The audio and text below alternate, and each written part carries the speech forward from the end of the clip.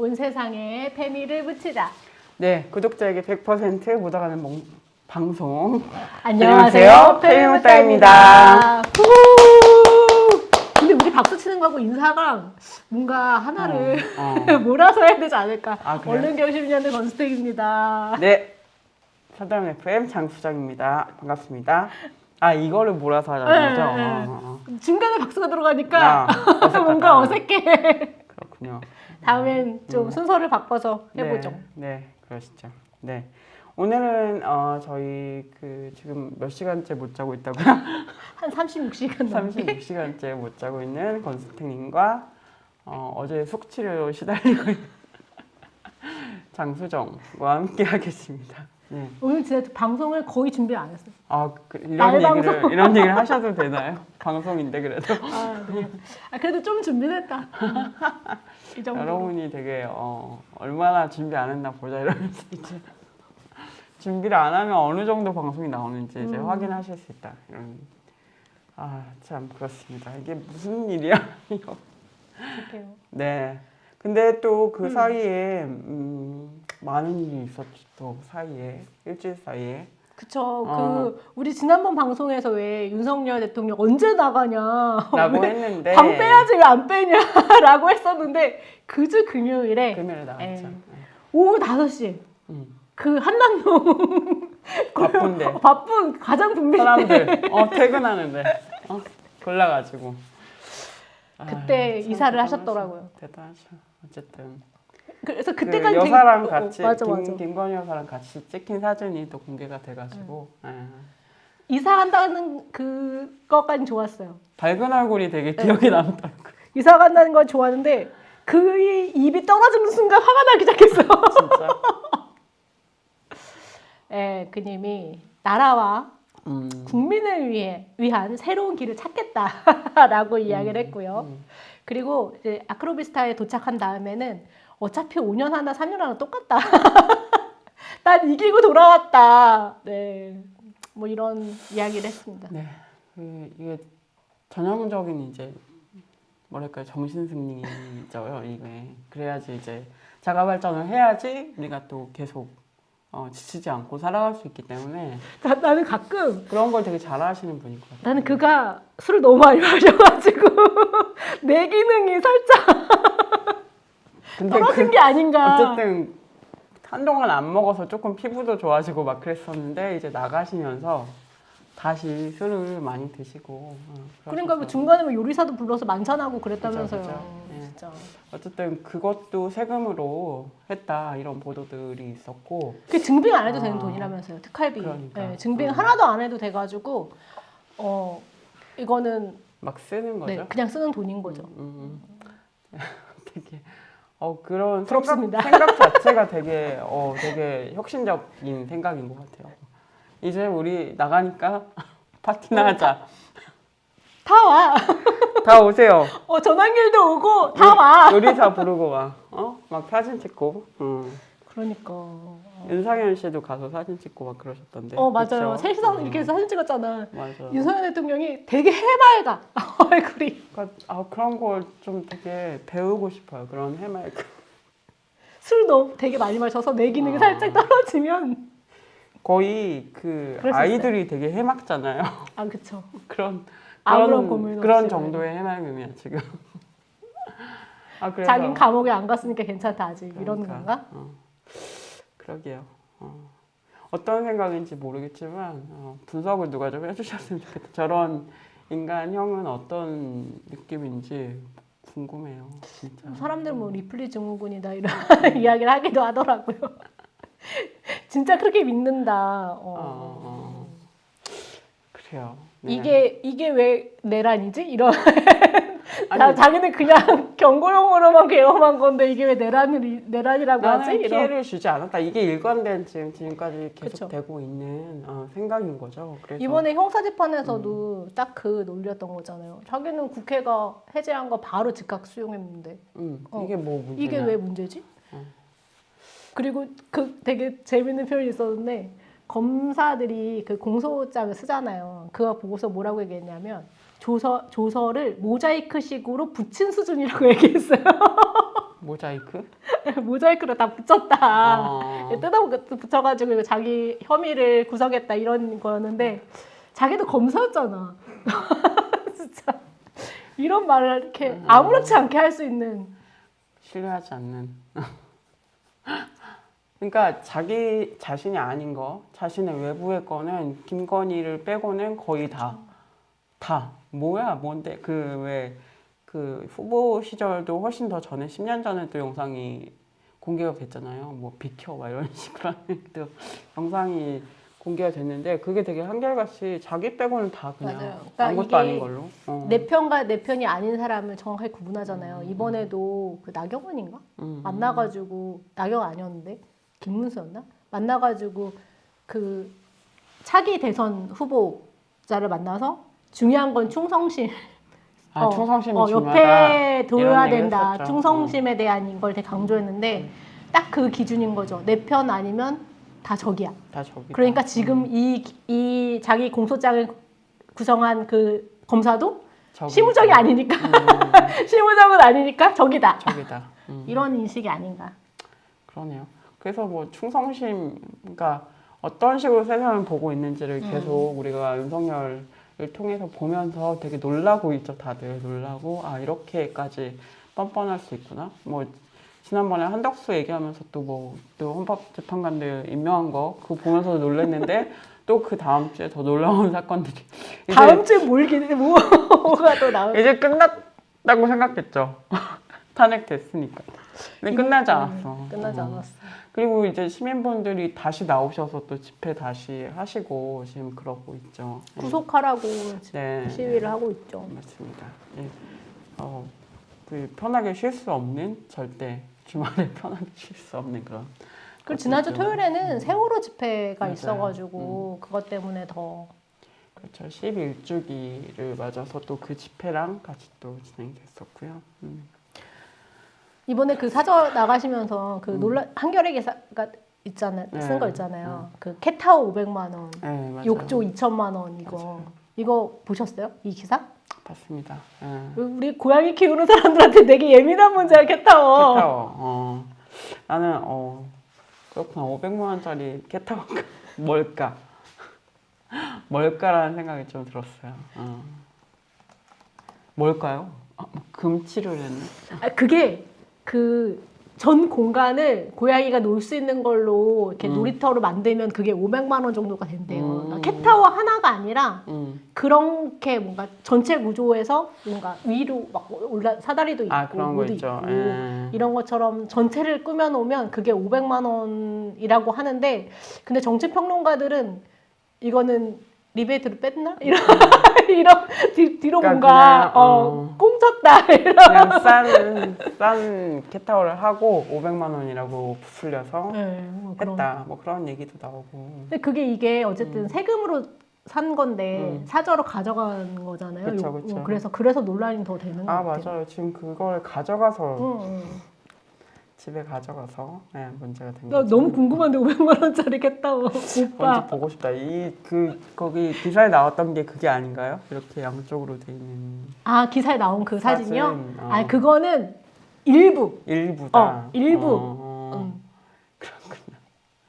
그렇다고 합니다. 네, 어쨌든 알고 싶지 않은 건데 많은 걸 또 알게 되고 이제 횡령입니다. 횡령.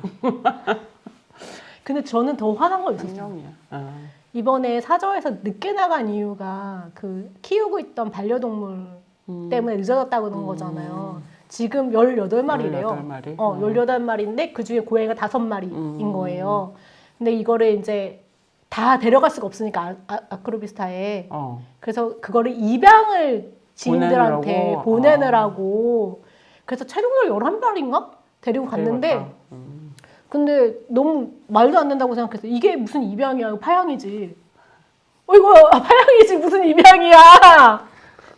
저희 화난 포인트는 그거였어. 이게 왜 입양이라고 하지? 왜 언론 기사에서 이걸 입양이라고 하지? 이거는 본인이 감당할 수 없는 그런 반려동물을 키우고 있었던 거잖아요. 그건 애니멀 호더인 거죠. 애니멀 호더죠. 네. 근데 이거를 입양이라고 대통령실에서는 얘기하고 기사도 입양시키느라고 늦어졌다 이렇게 나와서 저는 좀 반려인으로서 근데 동물을 좋아한다는 김건희나 윤석열의 그런 이미지도 잘 모르겠어요. 저는 동물을 좋아하는 사람이 사람을 좋아해야 된다고 생각을 하는데 동물은 좋아하는데 사람은 싫어하죠. 자기 이외의 사람들. 그리고 뭔가 자기보다 권력이 낮다고 생각하는 사람들은 싫어하는데 이 애호는 뭘까? 저는 그 동물, 그 이제 반려동물들 이렇게 데려간다 이런 거 보면서 아, 이 애호는 뭐지? 막 동물을 좋아하면 그럴 수가 없는데 라는 생각을 많이 했던 것 같아요. 그래서 일반적으로 그런 동물을 좋아하는 것과는 좀 다른 것 같다라고. 그런 것 같아요. 저희 같이 출판사 하는 선배하고도 그 얘기했었는데 윤석열은 그런 동물들을 좋아하는 게 아니라 그냥 토리를 좋아하는 거다. 개를 좋아하는 거다. 그냥 그 아이, 걔네 키우고 있는 그 아이들을 좋아하는 거지. 그러니까 전반적인 그런 반려인들이 가지는 그런 거거든요. 저는 이제 첫째 고양이를 키우면서 이제 길고양이에 대한 관심을 갖게 되고 그러면서 이제 길고양이들이 어떻게 더 좋은 환경에 살 수 있을까 이것도 고민하게 되고 이렇게 좀 확장되는 거잖아요. 자기 고민들이. 근데 그게 아니라 그냥 윤석열은 토리가 좋은 거고 본인이 키우고 있는 그 반려동물을 좋아하는 거에서 벗어나지 못하고 있는 것 같다. 이런 얘기를 한 적이 있던 것 같긴 해요. 근데 나도 그렇긴 한데 다른 고양이들도 이쁘지 않아요? 다른 고양이도 예쁘죠. 괜히 근데- 길고양이 보면은 왜 추루 하나 까주고 싶고 그런 거잖아요. 여기 왜 길고양이 여기 왜 밥 주고 계시면서 왜? 그죠. 저희 방송국에 오는 고양이들 맨날 밥을 주는데 그 왜 히틀러도 개를 키웠잖아요. 그런 어떤 그런 사람들도 독재자들이 그런. 좋아해. 그러니까 동물을 좋아하는데 뭐 그게 약간 지배하고 자신에게 이렇게 복종하는 그 충성하는? 모습을 좋아한다. 충성하는. 역시 충성이 최고다 이런 고양이는 건가? 충성하지 않는데. 고양이는 그렇지 않은데 그래서 전 고양이를 키워서 조금 의외라고 생각하긴 했는데 이건 김건희 여사의 취향인가? 감옥 가기 전에 토리랑 인사하고 갔어. 고양이랑 인사하고 거 아니라 토리랑 인사하고 갔다. 맞아. 고양이는 그냥 어쩔 수 없이 동거인이 키우기 때문에 받아들이는 건가? 어쨌든 네. 히틀러 얘기하니까 뭔가 연결점이 좀 더 생기는 것 같네요. 그렇죠. 저희 저희 서대문 구청장님도 개를 아주 좋아하십니다. 그분 그분, 이름 이성원 구청장님이라고 부장장님. 있는데 제가 이름도 기억합니다. 네. 그 부장장님 그 국회의원 시절에 제가 국회에서 뵀었거든요. 그래요? 그렇구나. 제가 국회 출입이어가지고 인연이 있으시군요, 저희 구청장님이랑. 그렇습니다. 그런 분들이 좋아하시는 걸 보면서 이러는 애호는 다른 거다라는 맞아요. 생각을 좀 많이 했던 것 같아요. 우리가 그냥 동물 사랑하는 일반적인 이것과는 건 다른 것 같아요. 아니 좀 다른 것 같아요. 관계성이 다른 것 같아요. 맞아요. 네, 어쨌든 저는 동물을 사랑하는 만큼 사람을 사랑해야 된다고 생각을 하는 사람이라서 좀 국민을 사랑해 주시면 좋겠다. 되게 쇼잉하는 거에 대해서도 말이 많았어요. 이제 집으로 돌아갈 때 나올 때 그 이제 과잠을 입은 학생들, 청년들 그죠? 네. 그렇게 막 안아주고 그랬는데 그게 이제 조작된 거였다 이런 보도들이 바로 나왔고 조작까지는 아니고 의도된 거. 의도된 거. 의도된 거. 의도된 거. 언론 정확하게 얘기해야 되니까. 조작까지는 아니고 의도된 거다. 근데 이제 50대 60대는 빼고 뒤로 가라고 하고 그거 와 조작 아니야? 나는 거의? 진짜 아니 그렇게 120일 동안 집회에 꾸준히 나오셔가지고 본인을 위해서 추운데도 불구하고 그 연세 드신 분들이 그러니까 해줬는데 근데 뒤로 가라고 했어. 청년들 앞에 오라고 하고. 되게 속상할 것 같다는 생각이 저도 나이 든 사람들한테 또 감정이입을 하면서 속상하겠다. 얼마나 열심히 했는데 제발 여러분 제발 더 이상 그를 위해서 근데 최근 이제 우리가 탄핵 국면에서 그구들 그리고 그렇게 그 우파 집회 나가시는 분들에 대해서 분석하면서 이제 나이가 많은 연령이 많으신 분들에 대해서 분석하는 것 중에 그런 얘기가 있죠. 이 사람들이 이제 갈 데가 없다. 맞아요. 갈 데가 없고 공동체도 없고 그렇기 때문에 뭐 그 지금 그 자유마을이라고 또 지역마다 다 조직이 되고 있잖아요. 그런 조직들로 이제 엮이면서 일종의 조금의 소속감을 가지면서 계속 이렇게 움직이게 되는, 그리고 지역마다 또 그런 우파 조직들이 많이 있는데 그렇다라는 얘기들을 또 짚으신 분들도 있어요. 근데 전 이거에 대해 공감을 하는 편이거든요. 저도요. 그래서 좀 이게 좀 빈 공간들이 있다 그런 생각이 들어서 좀 이것도 고민해봐야 되지 않나 그런 생각을 제가 해요. 저희 아빠가 어쨌든 시골에 사시는데 혼자 사시는데 오빠랑 둘이서 사는데 전화를 가끔 드리잖아요. 그럼 아무것도 안 하세요. 무료한 거예요, 삶이. TV도 안 보고 뭐도 안 하고. 그 내가 아파서 나가서 산책이라도 해라 이런 얘기를 진짜 되게 자주 하는데 근데 그런 분들이 많은 거예요. 근데 광화문에 오잖아? 그럼 사람들이랑 얘기도 하고 그치. 말씀하신 맞아요. 약간의 소속감 그 안에서 그러니까 뭔가 대화 상대가 생기고 시간을 보낼 수 있고 그것도 그냥 무료하게 시간을 보내는 게 아니라 즐겁게 시간을 보내는 그런 경험들을 이제 쌓다 보니까 그렇게 될 수 있겠다. 맞아요. 그래서 좀 이런 것들을 만들 필요가 있는 것 같아요. 그러니까 우리가 공동체라고 하는데 이제 지역이든 어쨌든 뭐 이게 페미노타 보시는 분들은 나이대가 어떤지 잘 모르겠지만 좀 나이 들수록 그런 커뮤니티가 필요하고 그런 것들 좀 만들어갈 필요가 있다는 생각이 듭니다. 그래서 그런 개념도 만들어졌잖아요. 노치원, 맞아요. 네, 노치원이라는 개념도 만들어졌잖아요. 노치원은 이제 데이케어 센터 그게 생기면서 이제 그걸 노치원이라고 그쵸. 유치원과 같게 그 어르신들이 아침에 가셔서, 이제 뭐라고 해야 되지? 출근 아닌데 학교 가는 건데 등교 등교를 등교하셔서 학교 등교한 지 너무 오래돼가지고 등교라는 단어를 까먹었네. 그러니까 출근이 훨씬 더 실질적이라니까 우리 출근 등교해서 뭐 교시에 따라서 미술 놀이도 하고 뭐도 하고 점심도 같이 먹고 공연도 보시고 그런 막 거를 하다가, 한다고 하더라고요. 그거를 이제 그런 식으로도 있는데 물론 그런 기관에서 하는 것들도 있는데 네. 아직 근데 많이 부족한 것 같아요. 예, 그렇죠. 예. 아직은 도입 단계인 것 같더라고요. 네, 어쨌든 이런 기획이 또 필요하겠다. 우리 페미니스트들도 이런 기획을 해야겠다라는 생각이 들어요. 그러니까 약간 나이를 좀 초월해서 하는 커뮤니티를 만들든 아니면 그런 어르신들, 노인들과 함께하는 어떤 기획들을 또 가져가야 되지 않을까. 제가 은평구에 거주하는데 거기 이제 산림 일요협동조합이라고 이제 페미니즘을 기반으로 하는 그 협동조합이 운영되고 있거든요. 근데 거기는 그거에 대해서 고민이 많아요. 그런 나이 들어가는 여성들을 돌봄을 어떻게 하지? 뭐 이런 것들에 대한 고민을 하면서 이제 그런 다양한 실험들을 하고 있죠. 예를 들면 주지 선생님이 이제 나이 드셔가지고 이동하지 못하는 분들을 위해서 왕진을 다닌다거나 이제 이런 것들을 이제 하고 그리고 말씀하신 그런 센터도 한번 운영해보고 그런 것들을 이제 계속 하고 있더라고요.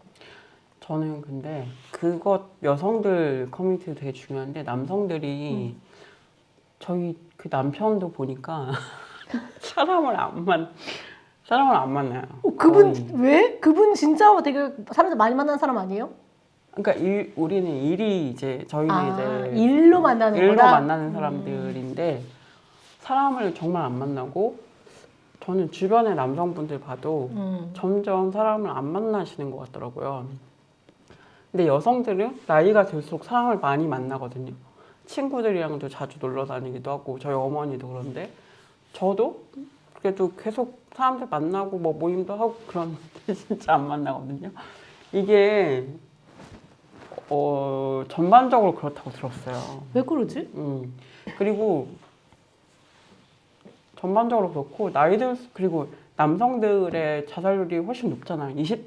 20대에서는 여성 비율이 제일 높은데 남성들이 자살도 많이 하고 이런 윤석열 얘기하다 어디까지 가는 거 가는 건지 갈 때까지 모르겠는데 가는 거지 뭐 준비도 안 했는데. 근데 그런 생각이 좀 많이 들더라고요. 왜 커뮤니티가 없어서 이분들이 관계를 맺는 걸 못하고 아무래도 우리 한국 사회에서는 남성들의 관계를 어떻게 맺는지가 뭐 늘 경쟁이나 뭐 약간 뭐랄까요 기싸움 뭐 이런 것들 이외에 그런 우정을 하거나 그런 친교를 할 기회가 별로 없어서일 수도 있다라는 분석들도 많이 있고 근데 또 그거를 이제 주변에서 보다 보니까 좀 걱정이 많이 되더라고요.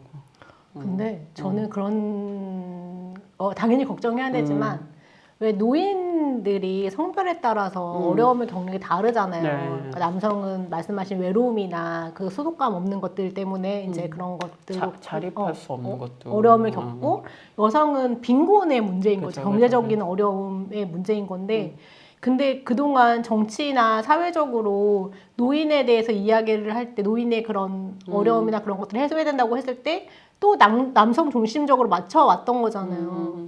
그렇기 때문에 근데 저는 그 문제들을 해결하면 남성들이 관계 맺기를 좀 해결하면 여성들이 돌봄을 굳이 하지 않아도 안 될 거라고 생각해요.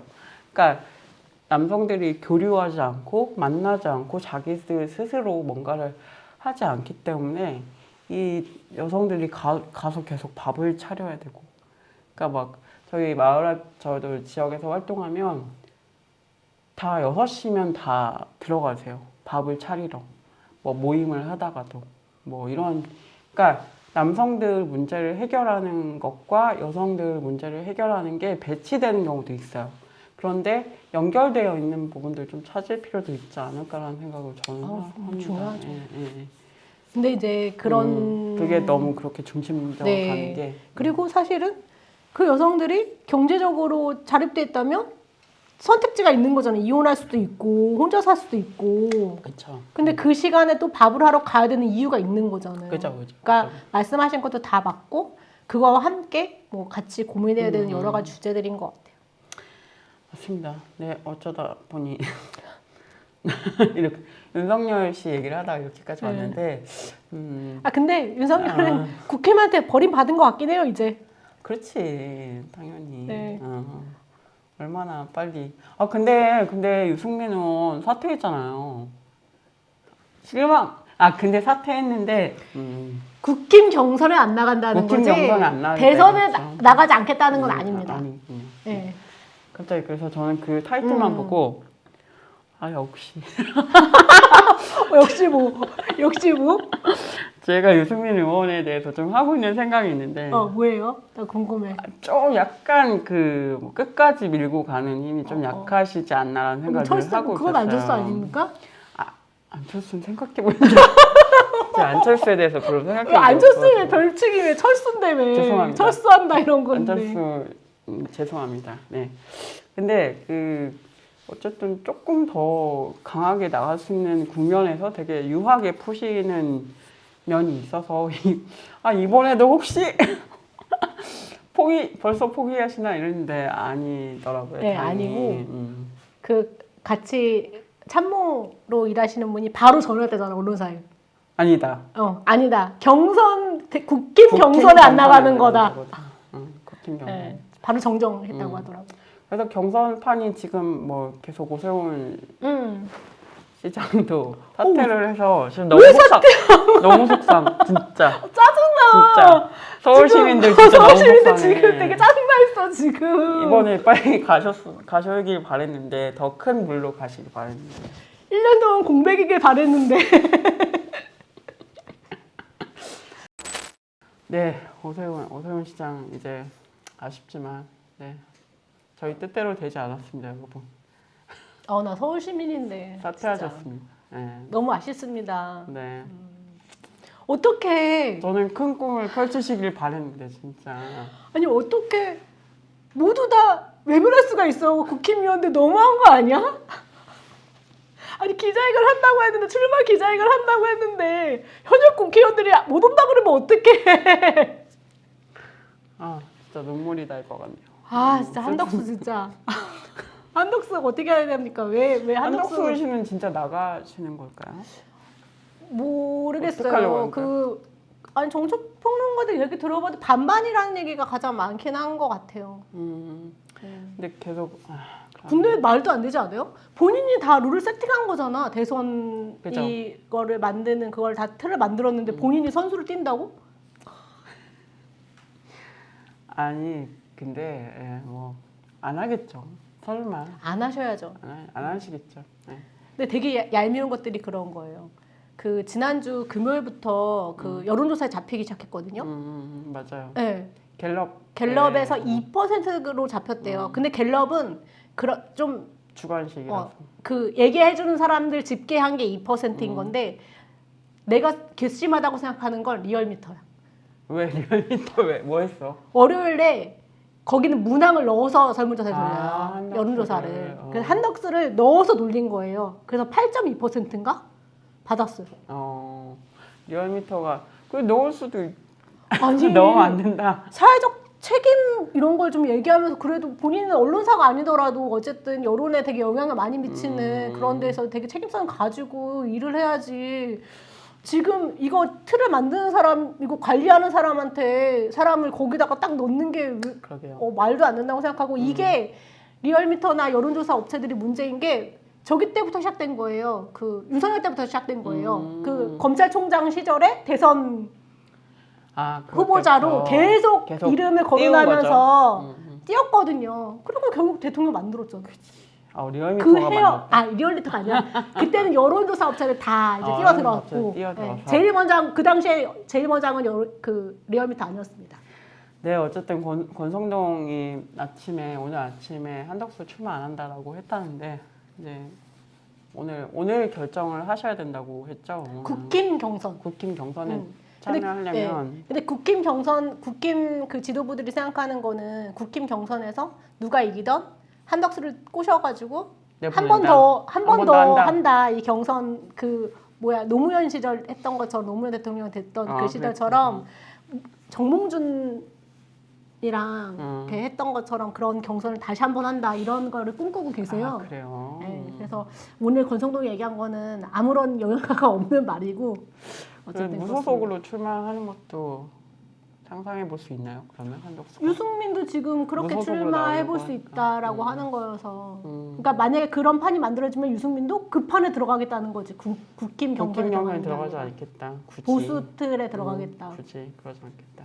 그런 것 같아요. 네, 또 앞으로 또 어떻게 대선 진행할지 우리가 또 봐야 되는데 여론조사 얘기가 나온 김에 우리 또 빼놓고 갈 수 없는 분이 있습니다. 빼놓을 수 없죠. 왜냐하면 홍준표도 있고 오세훈은 드롭했지만 홍준표가 있지. 지금 홍준표가 지금 그렇죠. 4배수 안에는 확실히 들어갈 인물이라고 지금 얘기가 되고 있는 거잖아요. 그런데 출마하시자마자 역시나 폭로가 시작됐어요. 그렇죠. 이럴 줄 알았지만 이 사람들 이제 준비하고 있다가 이제 나왔다. 풀어놓으셨고 이제 명태균과의 관계가 이제 본격적으로 이제 문제시 되기도 했고요. 봐봐, 어떤 먹잇감 먼저 물고 뜯을까. 명태균님이 또 SNS에 자기가 많이 굶주렸다. 자기가 굶주린 사자다 이렇게 얘기한 거잖아요. 진짜 네 이렇게 사람이 이렇게 자기 편이었던 사람이 바뀌면 이렇게 근데 그 얘기잖아. 무섭다. 복수할 기회는 자기 적한테는 없대요. 그죠. 배신한다. 배신할 기회는 적들한테 있는 게 아니다. 어차피 그쵸. 자기 적은 원래 그런 거죠. 적이니까. 근데 주변 사람들에 의해서 다 이렇게 되는 거다. 그쵸. 네. 우리 또 명태균님이 또 어떤 걸 또 쥐고 계실지 빨리 특검이 돼야 된다고 생각하는데. 네. 너무 더불어민주당 국회의원들이 너무 명태균을 자주 찾아가고 하는 거는 난 좀 그렇다. 네. 얘기 더 하면서 다음 이야기로 넘어갈까요? 다음 얘기로 넘어가도록 하겠습니다. 다음은 무슨 이야기 할까요? 네. 저희가 준비를 하지 않았는데 진짜 아무 얘기나 오늘 네, 하는 방송이 되고 그 있습니다. 있죠. 네. 이완규만 있냐? 함상훈이 있다. 네, 지금 그쵸. 함상훈이 이제 문제가 되고 있습니다. 지난주부터 이제 이런 사람이었다. 우리가 근데 한덕수가 고름. 한덕수가 임명한? 임명한 2명 중에 이완규도 문제지만 함상훈 처음에는 이완규만 문제가 됐어요. 우리 지난주에도 이완규 이완규를 얘기했었죠. 이야기했었잖아요. 근데 더 이상한 애가 더 있더라 심각하신 옆에. 그러니까 많은 또 우리가 또 기억하는 많은 그런 판결들에서 정말 최악의 판결이라고 생각했던 것들이 또 이분이 또 하신 게 많더라고요. 어떤 게 있나요? 일단 제일 먼저 거론된 거는 그거였어요. 2,400원 버스 요금 횡령 사건. 맞아요. 이거였어요. 이제 전북이 한 그 시외버스 회사에서 17년 차 되는 이제 버스 기사가 2,400원인 버스 요금을 착복했다는 이유로 해고됐거든요. 네. 근데 이게 적절한 징계인가? 해고가 2,400원을 가지고 해고하는 게 적절한가라는 거였는데 이거에 대해서 이제 이 함상훈 판사가 이제 그 회사의 편을 들어줬죠. 그래서 그게 가장 논란이 됐던 거였고 이게 제일 먼저 논란이 됐어요. 그래서 뭐 이런 사람이 다 있어? 그래서 처음에 2,400원 얘기가 좀 많았었는데 그 다음에 이제 주말부터 계속 거론됐던 게 성범죄 관련돼서 봐주기 판결이 많다. 한두 건이 아니더라고요. 아주 많다. 너무 놀랐어 나도. 그래서 맞아요. 짧게 이야기해 드릴게요. 일단 일면식도 없는 여학생 강제추행한 사건이 있었습니다. 그러니까 16년도 가해 남성 A씨가 일면식도 없던 17세 여학생을 따라서 버스에 탄 뒤에 같이 내리고 골목에서 여학생의 신체를 이제 강제추행한 그런 혐의로 1심에서는 징역 1년 6개월 집행유예가 나왔어요. 근데 그거를 이제 그때 이제 함상훈이 고법에 있었거든요. 그 2심 재판부였는데 그때 벌금 500만 원을 확 내려줬어요. 그렇군요. 그런 사건이 집행유예를 네. 그러니까 500만 원으로. 실형이었지만 실형이었어요. 실형이었지만 그쵸. 집행유예로 했던 건데 그거를 벌금 500만 원으로 확 내려준 거였고 더 큰 사건이 있었어요. 이게 뿐만이 아니라 이제 어떤 남성이 채팅앱에서 알게 된 15세 여학생을 이제 신체 사진을 이제 유포하겠다라는 그런 협박을 하고 만나서 유사 성행위를 시킨 그 사건이었어요. 그래서 1심 재판부가 어떻게 내렸냐면 이 가해자한테 징역 3년을 때려요. 징역 3년을 선고했는데 또 이 고법 함상훈이 무죄를 내려버립니다. 대단한 어떻게 이런 걸 무죄를 내릴 수가 있지? 무죄. 왜 무죄를 내렸을까? 왜 문제였냐면 피해자가 곧바로 경찰에 신고하지 않았다. 그러니까 이게 신체 접촉은 있었던 건 맞는데 이게 유사 성행위 의도까지는 없었던 거 아니냐. 의도가 없었다. 그러니까 피해자다움을 이제 요구한 거죠. 그 피해자한테 왜 너는 피해자답게 신고하지 않고. 하지 않았어? 신고하지 않았어? 이렇게 해서 논란이 된 그 사건이었고 그리고 세 번째 논란된 사건이 있었는데 이거는 친족 성폭력이었어요.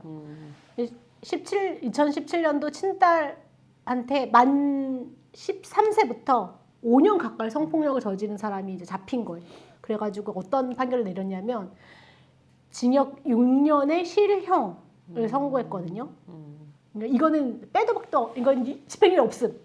집행유예도 없는 그냥 징역 6년 거죠? 실형이었어요. 근데 살아야 되네. 이 함상훈 고법 재판부가 어떻게 했냐면 징역 3년에 집행유예 5년으로 풀었어요. 집행유예로 풀어준 거네. 네. 그냥. 풀어준 거예요. 진짜 개색. 근데 이 논리가 너무 말도 안 돼. 개색. 이게 집 안에서 벌어진 성폭력인 거잖아요. 네. 근데 어떻게 얘기했냐면 아니 잠결에 딸이 바지에 손을 넣을 수도 있는 거 아니냐. 누가 잠결에 봐지? 이런 논리로 풀어줬어. 그렇군요. 그리고 논란이 된 게 마지막 하나 더 있는데 이거는 그 교수가 자기의 제자 여학생을 차에서 성추행하고 숙박업소로 데려가서 성적인 행위를 한 그런 였는데 그래서 이제 파면이었거든요. 파면인데 이걸 취소를 시켜줬어요. 그 교수의 파면을 취소시켜주는 그런 판결을 내렸다. 이 분이 한덕수가 고르고 골라서 지명한 거죠. 지명한 헌법재판소. 그렇군요. 확신범입니다. 거의 이 정도면 확신범을 넘어서 아주 거의 범죄에 가담한다고 봐야 되는 수준인데 어쨌든 이런 사람이 헌법재판관이 되면 안 되겠죠. 그렇죠. 우리나라를 위해서. 그렇죠. 절대 안 돼. 우리 지난주에 왜 문영배 재판관에 대해서 되게 좋게 많이 얘기했잖아요. 같은 결에 서는 겁니다. 같은 선상에 서는 거예요, 이 사람이. 문영배와 같이 판결을 한다. 어쨌든 참 정말 안 될 일인 것 같고 우리 국민들이 이거는 막아야 된다라는 생각이 들어요. 근데 막을 수가 이게 제도적으로는 막기가 너무 어려운다고 들었어요. 그래요. 이거 어떻게 할 수 있을까요? 그래서 이번 주 금요일에 결정이 나올 수도 있다는 얘기가 있긴 하거든요. 이게 이제 한덕수가 대행으로서 지명한 건데 이게 대통령 권한 대행한테 지명권이 있느냐 없느냐 그쵸. 이거에 대해서 이번 주 금요일에 그쵸. 이제 마은혁 재판관이 이제 그 한다. 헌법재판소에서 이제 뭐 해가지고 나올 수도 있다. 그러니까 두 명이 퇴임하기 전에 이거를 할 수 있다 이렇게 얘기가 되고 있는데 아직 결정난 건 아닌 것 같아요. 그래서 네, 오늘 오전에 그 민주당에서 이완규 함상훈 지명철회 촉구 결의안을 이제 국회 운영위 통과했는데 국힘은 참여하지 않았고 이제 민주당은 단독으로 국힘 진짜 미친 거 아니야? 이런 것도? 통과가 된 것 같아요. 예, 국민의힘은 불참했다고 합니다. 예. 이러니까 내란당이라는 얘기를 듣는 거죠. 그러게요. 운영이 왜 이러는지 모르겠는데 어쨌든 이 지명과 관련해서는 또 이번 주까지 좀 지켜봐야 될 것 같네요. 그러면 어쨌든 마은혁 재판관이 어떻게 또 결정을 할지나 이런 것들을 봐야죠. 물론 뭐 혼자 결정하는 건 아니지만 어쨌든 주심 재판관으로서 네. 이게 저는 권한이 없다고 생각해요.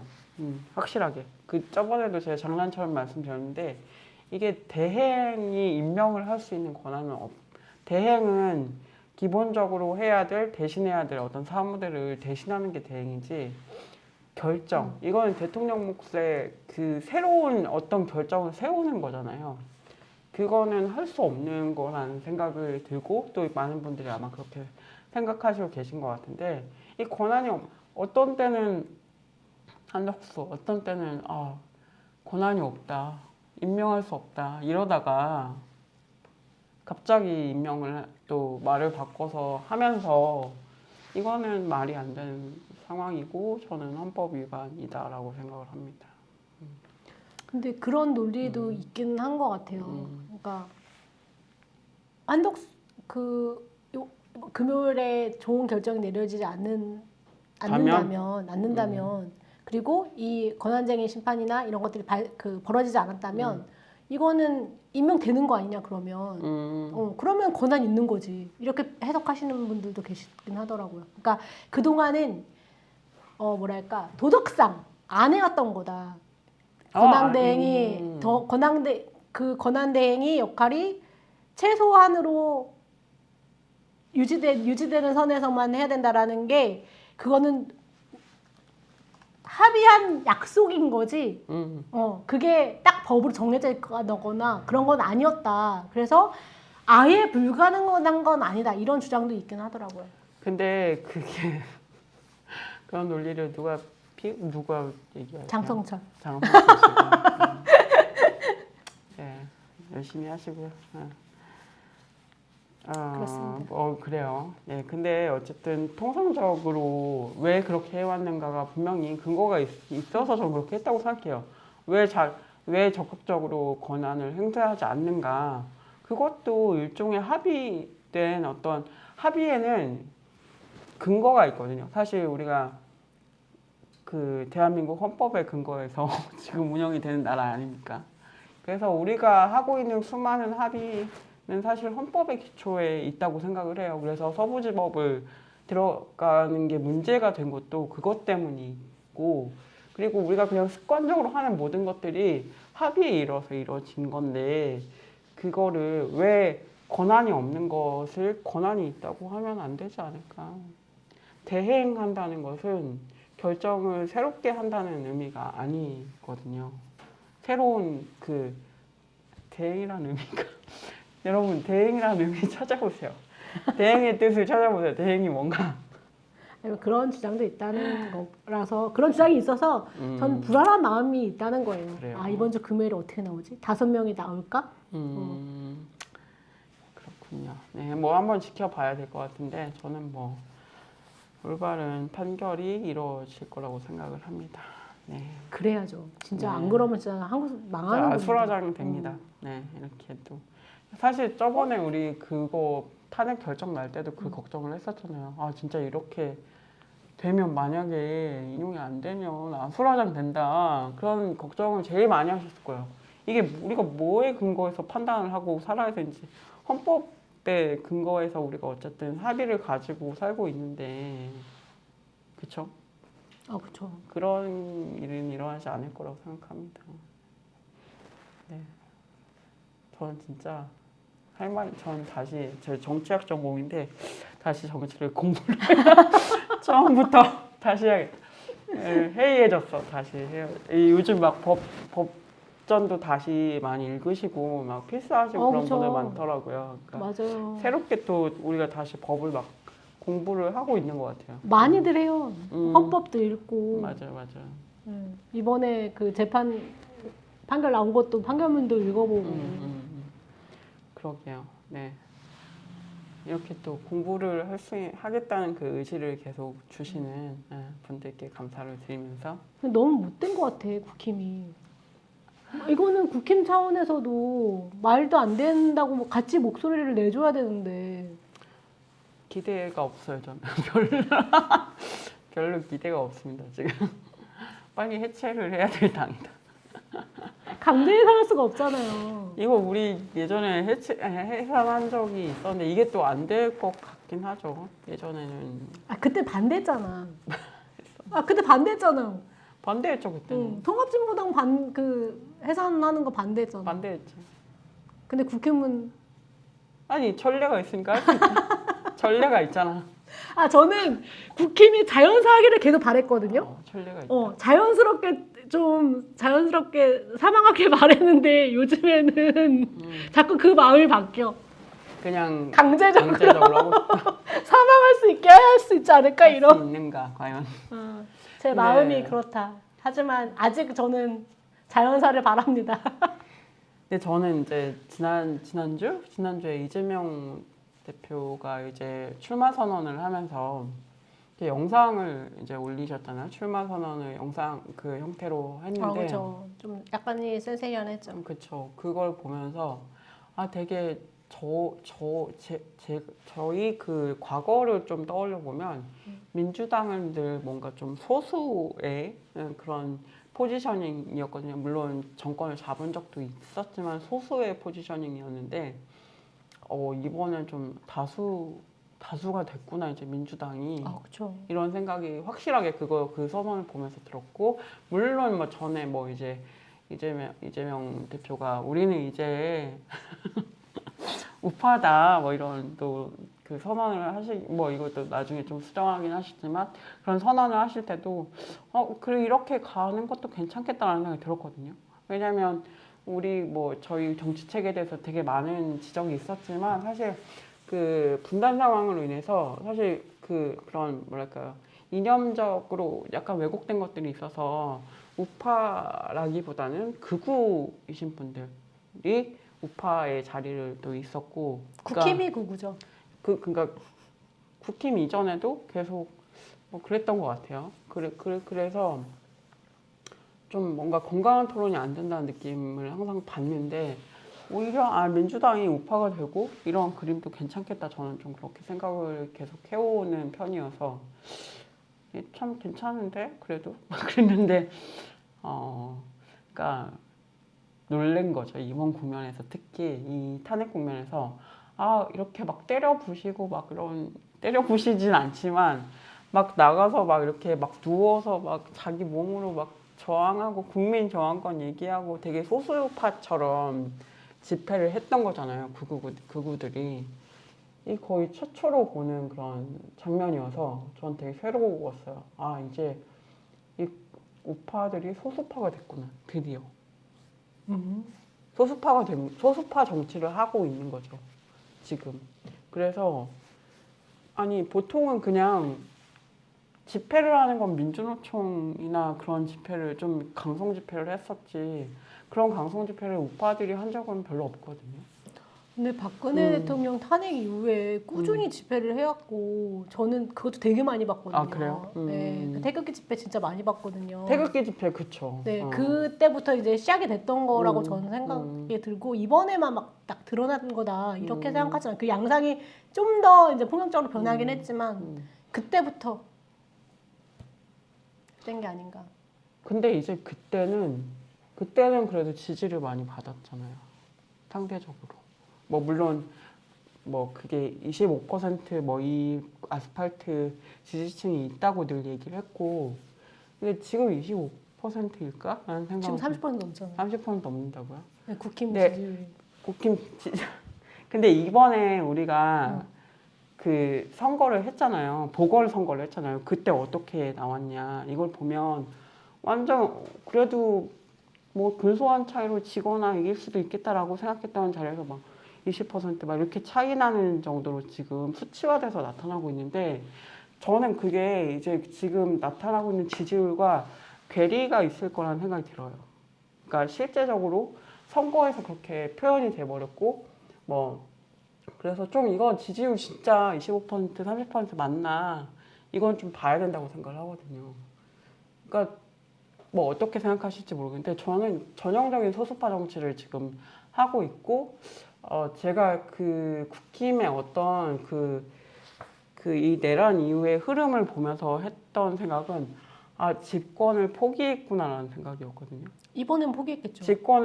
그러니까 완전히 그냥 얘들은 집권할 생각을 하지 않고 가고 있구나 그런 생각이 들었던 게 그러니까 그런 일반적인 정서 그러니까 국민들이 하고 있는 일반적인 정서랑 너무 엇나가고 있다 이 사람들은 그렇지 않나요?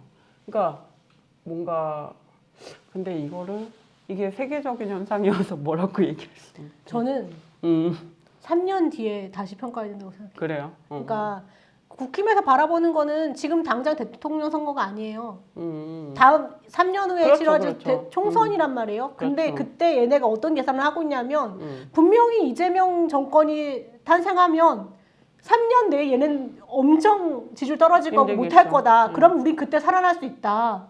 그 뒤를 보고 있는 네임드 거여서 후회를 노리고 있다. 지금은 그러니까 내년 지방선거까지는 큰 기대는 안 하고 있는 게 맞는 것 같지만 저는 이들은 3년 후를 바라보고 있는 거다. 근데 저는 당이라면 좀 국가를 어떻게 좀 운영할지에 대한 비전을 가지고 있어야 된다고 생각을 하거든요. 저는 민주당도 그거 없다고 생각해요. 민주당은 그래도 왜 없다고 생각하세요? 민주당도 좋은 방향으로 이끌 생각이 그 뭔가 민주당은 그걸 있잖아요. IT를 개발하고 기술 개발을 하겠다. 이걸 이재명이 지금 밝히고 있는 거잖아요. 그렇게 기술 개발을 해서 우리를 강인한 국가로 만들겠다라고 이제 일테면 기술 주도의 발전을 얘기하고 있는 게 비전이라고 생각하거든요. 그게 좋든 나쁘든. 아니 국힘도 똑같은 얘기예요.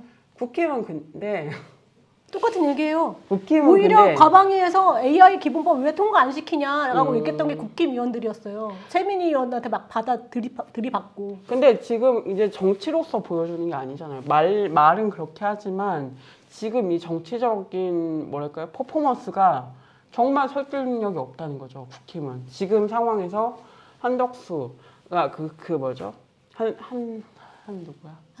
한동훈부터 이 대표로서 보여줬던 것들 그리고 윤석열이라는 그런 인물을 통해서 보여줬던 정치가 전혀 메시지가 없이 그냥 땡깡을 부리는 상태로 지금 추락을 했는데 그러면서 계속 고립이 되고 있다고 생각을 하거든요. 저는 그 지지자들과 함께 저는 그 양상은 더불어민주당도 똑같다고 생각하기 때문에 전 그렇게 보지 않아요. 저는 또 개딸들에 둘러싸여서 그들이 원하는 그들이 요구하는 이번에 어쨌든 이재명 대통령이 뭐 중도 보수 얘기하면서 내놨던 정책들이 다 우양우인 거잖아요. 뭐 그런 것처럼 그러면은 그게 그들이 가지고 있는 말씀하신 거에 의하면 그게 이들이 생각하는 국가의 발전 미래라고 생각하는 건데 저는 그걸 동의하지 않고 당연히 동의하지 않죠. 그러니까 제가 동의하고 동의하지 않고의 문제가 아니라 그들이 정치체로서 어떤 역할을 하냐는 거죠.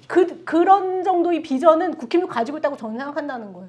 그 정도의 비전. 그러니까 저는 비전과 능력을 갖고 있어야 된다고 생각하는데 국민들이 뽑을 때 민주당은 비전과 능력이 있게 보인다. 봤을 때. 근데 국힘은 전혀 비전과 능력이 보이지 않는다라고 많은 사람들이 판단하고 있지 않을까 그런 생각을 하고 이번에 뭐 이렇게 의견이 있는데 이번에 보여준 정치에서는 전혀 뭐 그런 능력을 발휘하지 못했고 아마 그러니까 그 한국 사회에서 자신들이 진보적이라고 생각하는 많은 사람들이 물론 소수 정당을 지지하는 사람들도 있지만 대부분은 민주당을 지지하는 사람들로 깔려 있기 때문에 이거에서 되게 많은 메시지를 받지 않았을까 뭐 그런 생각도 합니다. 이것도 물론 뭐 앞으로 봐야 되죠. 네. 그렇군요. 네. 네, 저도 민주당 지지를 100% 한다고 볼 수 없죠. 근데 저는 제 나이 먹을수록 제가 보수적으로 변한다는 생각은 해요. 그래서 저는 지금 어제도 얘기했는데 보수인 것 같아 라고 얘기를 했거든요. 나는 내가 보수라고 생각한 적 없어. 내가 꼰대가 돼가고 있다는 느낌은 드는데 보수라고 생각해 본 적은 별로 없었던 것 같아요. 전 확실히 보수적이 된 것 같아요. 그래서 저는 아직 진보정당에 이렇게 개인 미래 의견을 비전을 가지며 개인 성향이 이렇게 발견이 되는 거야. 언론에서? 아니 페미니즘이 다 거기다 연결되는 건데 뭐 어떡해요. 그래요? 네. 페미니즘이 정치라고 하는 게 진보적일 수밖에 없는 거잖아요. 네, 페미니즘 정치는 극우부터 거기까지 다 퍼져 있잖아요. 뭐 그렇죠. 하지만 네, 어쨌든 공조하고 같이 갈 수 있는 곳은 네네네. 지금 뭐 차별금지법 어디가 낼 수 있어? 국회에서 더불어민주당이 낼 거야? 누가 낼 수 있는데? 네, 여기서 말을 아끼겠습니다. 저는. 네, 어쨌든 차별금지법이나 이런 것들이 전혀 이 국면에서는 얘기되지 못할 것 같다는 생각이 강하게 듭니다. 그렇죠. 이재명 대표가 최근에 냈던 얘기도 뭐 20, 30대 여성들이 함께 만든 광장이다 뭐 이런 얘기들을 굳이 지우면서 이렇게 뭐 이거 국민이 모두 함께 만든 거다 이런 얘기를 또 굳이 했죠. 그래서 그런 걸 볼 때 또 여성 이슈를 또 지우는구나 이런 생각을 또 하면서 씁쓸함을 느꼈다. 근데 손희정 선생님이 얘기했잖아요. 뭐라고? 너네 대표 아니야. 너네 대표 아니야. 맞아. 우리 그 기사 있지 않나요? 기사가 있잖아요. 있어요. 손희정 선생님 기사 있어요. 우리 캡처한 게 있었나? 우리 캡처한 건 없고 최근에 기사가 나왔어. 어디 토론회인가 어디 그러니까 행사에서 집토끼라고 생각하는데 그렇게 하지 말아라라고 손희정 선생님이 얘기한 게 또 기사화가 됐더라고요. 페미문다에서 그 쇼츠로 남아 있습니다. 그래요? 네네네. 집토끼가 아니다 이런 메시지를 또 생각해 보셔야 될 것 같아요. 근데 이런 어쨌든 좀 더 변화를 좀 수용할 필요가 있다는 생각이 들어요, 민주당은. 근데 너무 변화가 더디다? 더디다? 더 안 될 것 같아서 더 안 된다? 걱정이죠. 그렇죠. 또 이번에 저는 민주당이 망하길 바라는 건 아니에요. 진보정당이 더 잘 되려면 더불어민주당이 확실히 자리를 잡고 있어야 진보정당도 잘 될 수 있기 때문에 저는 민주당이 좀 제발 정신 차리고 전 그래서 민주당이 이쪽으로 이동을 하고 국힘은 이제 자연 소멸하고 이쪽에서 이렇게 자연사? 그거 안 된다며. 난 자연사를 말한다는데 자연 소멸하고 이렇게 오른쪽으로 조금씩 이동하는 게 좀 건강한 방향이 아닌가라고 생각을 합니다. 네. 넘어가시죠. 네. 네, 세 번째 소식이고요. 네. 세 번째는 이거 얘기할 것도 없어요. 장제원 네. 수사가 이제 그렇죠. 종결된 거죠. 아니, 종결할 거고 한다. 이제 그 피해자한테 통보하겠다 이렇게 저 기사가 주간 조선 기사가 그렇게 나온 거죠. 오늘 나온 기사인데 4월 15일. 네. 근데 그 계속 요구를 했음에도 이렇게 또 기어이 종결을 또 하게 되네요. 하려고 하네요. 그러니까 이게 이제 그 한국 성폭력 상담소에서 계속 문제 제기를 했잖아요. 이렇게 많이 탄원도 받고 해가지고 수사 결과를 발표해라라는 목소리가 되게 컸는데 그거를 약간 신경 쓴 것 같긴 해요. 그래서 뭐라고 얘기했냐고 얘기하냐면 이게 당사자들이 있는 사건인데 수사가 많이 된 건 맞다. 많이가 된 건 맞는데 확정할 수가 없어서 이거를 종결할 수밖에 없게 된 거다라고 뭔가 그러니까 말도 안 되는 얘기지만 구구절절 이렇게 설명을 했더라고요. 그렇군요. 어쨌든 참 그렇네요.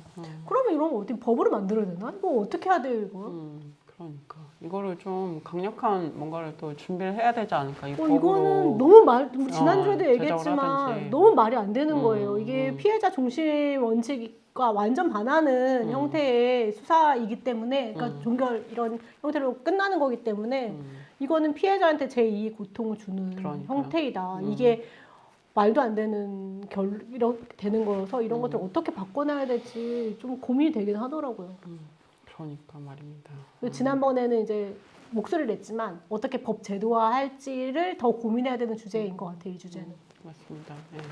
아마도 또 계속 또 이렇게 싸움을 또 만들어 가시는 분들이 있을 것 같고 또 우리도 또 거기에 계속 동참을 하면서 이거 너무 중요한 문제인 것 같아요. 그러니까 계속 공소권 없음으로 언제까지 사실 그렇게 된 사건들이 많이 있었어요. 과거에 보면 너무 많았죠. 네, 뭐 연예인들 조민기 배우도 조민기 생각이 배우도 나고 박원순 전 시장도 있었고 그렇죠. 그렇기 때문에 이거는 그러면 계속 이렇게 죽으면 계속 이렇게 남아야 되는지 미해결 사건으로 남고 공소권 없는 사건으로 남아야 되는지에 대해서 좀 이제 좀 바꿔야겠다 이런 생각을 좀 많이 하는 것 같습니다.